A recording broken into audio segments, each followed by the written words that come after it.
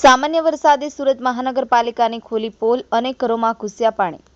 સુરત શહેરમાં મેઘરાજાના આગમન સાથે નવી સિવિલમાં પાણી થઈ ગયું છે। નવી સિવિલ હોસ્પિટલના જૂના બિલ્ડિંગમાં પાણી ભરાયા છે। સુરતમાં વરસાદ બાદ અનેક વાહનો પાણીમાં ગરકાવ થઈ ગયા છે। ઘૂંટણસમાં પાણી ભરાયા છે। સંપૂર્ણ રસ્તા પર વરસાદી પાણી ફરી વળ્યા છે।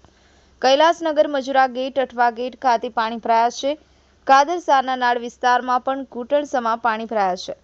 હવામાન વિભાગ દ્વારા આગાહી મુજબ દક્ષિણ ગુજરાતમાં ભારેથી અતિભારે વરસાદ થઈ શકે છે। આગામી 72 કલાક સુધીમાં સમગ્ર દક્ષિણ ગુજરાતમાં વરસાદી માહોલ છવાયેલો રહેશે।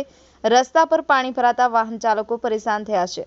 ઉધના દરવાજા વિસ્તારમાં પાણી ભરાયા છે। ચોટા બજાર, ભાગળ વિસ્તારમાં ધોધમાર વરસાદ વરસ્યો છે। નવી સિવિલ હોસ્પિટલના જૂના બિલ્ડિંગમાં પાણી ભરાતા અહીં આવતા લોકોને હાલાકી ભોગવવી પડી રહી છે। કૈલાસનગર વિસ્તારમાં ભારે વરસાદથી જળબંબાકારની સ્થિતિ જોવા મળી રહી છે। વલ્લભ જીવનની ચાલના ઘરના વરસાદી પાણી ઘૂસી ગયા છે। સુરતના રિંગ રોડ, ટેક્સટાઇલ માર્કેટ વિસ્તારમાં પાણી ભરાતા લોકોએ ભારે હાલાકી વેઠવી પડી રહી છે। રસ્તા ઉપર ઘૂંટણથી લઈ ગોઠણ સુધી પાણી ભરાયા છે। રસ્તા ઉપર પાણીમાંથી પસાર થતા વાહન ચાલકો મજબૂર બન્યા છે। ચેતન તરી, ગુજરાત અદ્ભુત ન્યૂઝ ગુજરાતી, સુરત।